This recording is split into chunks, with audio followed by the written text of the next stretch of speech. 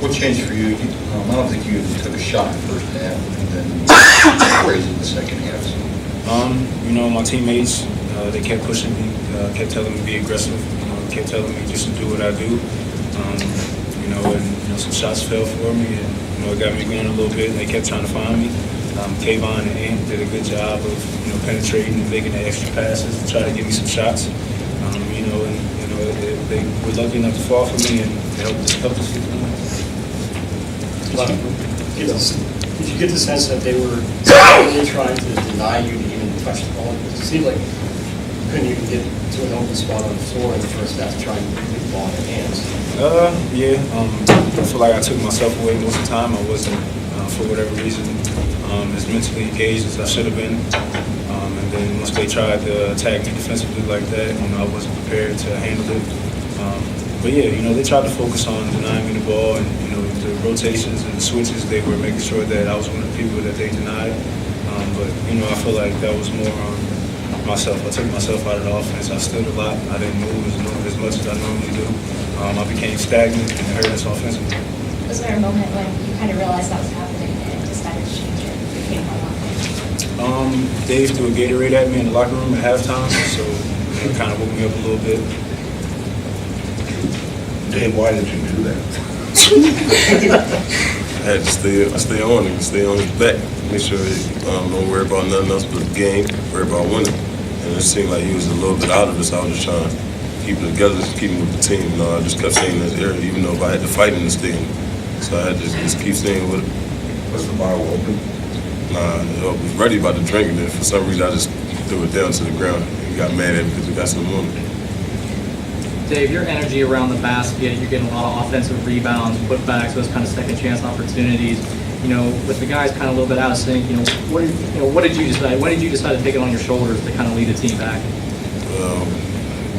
Hawk had went down with an ankle injury, so it seemed like I had to do more than I did before. And we lost 4 guys. As Jeremiah not being here, I just feel like I just got to do more. Yeah, the women made a 22-5 run just right after Hawk went down. I mean, I guess how much of a different, or I guess how much of a role did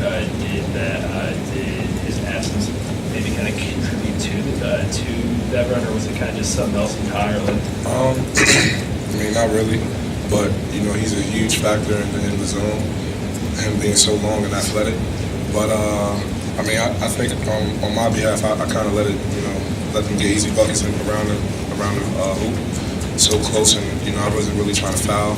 But I seen that I had to be more active than I really was, and with Dave on the wing and Chuck's on the wing, and sometimes Carvel on the wing, we just had to be active as a front line and just hold our position and not let them get easy buckets in the second half. Are you guys impressed with what you did? No. No, same thing. We feel like the game shouldn't even been the way it was to begin with. We've done it once this year.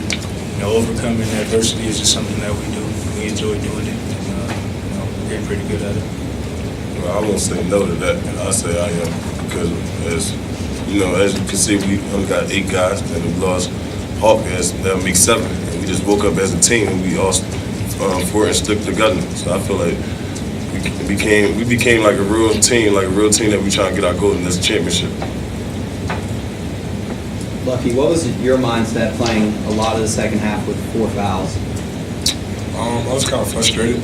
I couldn't really be as aggressive as I really wanted to, and I really was kind of playing into their hands. Not thinking, not letting them take me out of my goal and my abilities and things like that on the court. But the guy to my left and the guy to my right always tell me, keep your head in. And Carvel just kept saying, you got 4 fouls, we need you to be smart. And, that's what I tried to do. No matter if I didn't make a bucket, no matter if I did make the pass to get the rebound, just to try to do the little things that count. And, it was kind of great to see, Carvel finally wake up in the second half. And it was kind of great to see Dave, continue to do what he do on the glass. Lucky when the game ended after Carvel made the last one. You said something to him. I can't tell you what I said. Congratulations. No. Are you ever even surprised by him anymore when he No. does like that? I just, the only time I get surprised is when, the crowd just go crazy, so I try to look at them. I don't really focus on him when he makes a basket. I know that goes in every day. We work out, we shoot a lot of shots, and, when he shoots the ball, sometimes, when in the first half, I had to go, try to attack the grass, but every time he gets the ball and he shoots it, I just go on the other end, look at the crowd, and, get them hyped so we can get another stop. Did Toole say anything to you guys about shot selection throughout the game? In the first half, it seemed like you guys passed up some good opportunities, and then even to start the second half, took some tough shots. I know Carvel, you had one at the elbow that you took like a really tough shot into like a triple team. Did Toole ever say anything to you guys about that? No. I mean, every shot is a good shot in our eyes. We don't have a team where we complain about shots. Whoever shoots the shot, we have confidence in them to make it. And if it don't go in, we just gotta get it stopped. I mean, probably that one play or us going to the basket trying to force things. But other than that, no. I mean, we shoot a lot of shots every day, and any shot is a great shot. And we was kind of surprised that we was even getting open looks like that in the first half and not converting on them. And that kind of hurt us. Being down 10. So we just stepped up. We just said, yeah, we got to be more aggressive. Take what the defense gives us. I can't express how proud I am of our team tonight.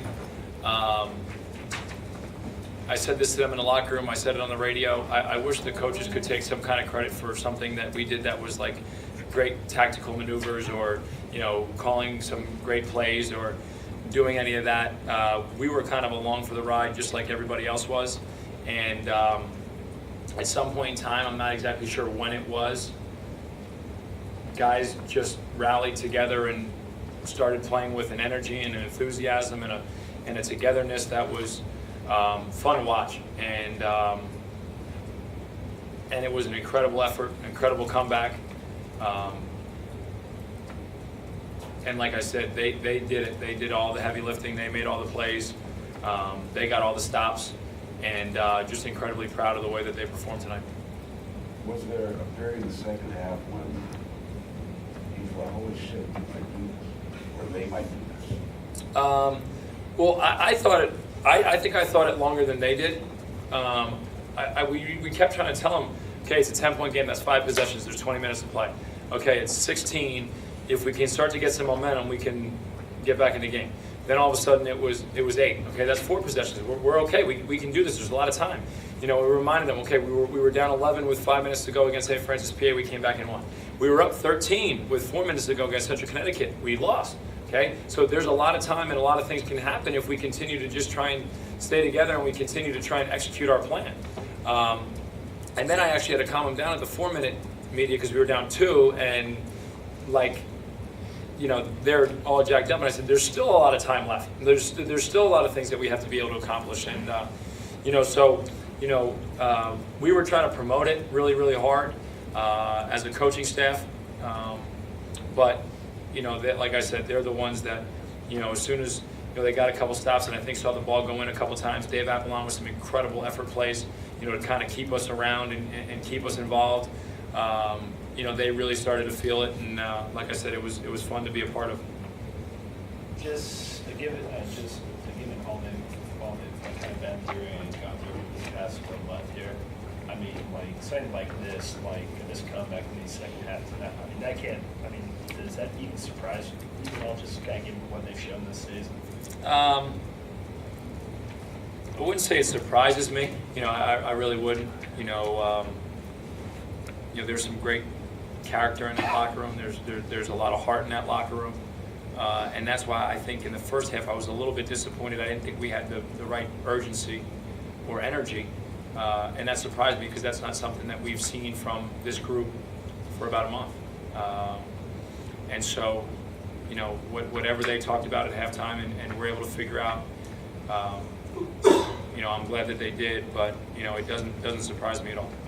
Do you think the energy got lost when Stephen went down with the injury? It seemed like it was like all of a sudden your team went down. There's only 7 of us now, and it seemed like they went into a funk. Maybe, I don't know, you'd have to ask them. I mean, I didn't sense, even before Stephen went down, that we were necessarily sharp. You know, I think we made some shots early. Guys made some individual plays to score early. I think, you know, I'm not sure exactly what the stats were, but I think we had, you know, 24 points, or, you know, at some point I think we only had like 2 assists. You know, I think guys were just kind of making individual plays, and we were fortunate enough to make some shots, and then all of a sudden it was like that was going to be the offense for the rest of the night. Instead of recognizing, okay, maybe now it's time to move the ball, maybe it's time to be a little bit crisper. You know, defensively, I didn't think we were sharp at all in the first half, clearly by the defensive statistics. But, you know, I obviously with Hawk going down, it makes it more interesting, but why would we want it to be less interesting? Have you got a sense of what the Hawks injuries and like how he might be out for? No. You talked about telling the guys about possessions and, you know, about how much time it would take. Were you expecting Carvel to score 9 points in the last minute?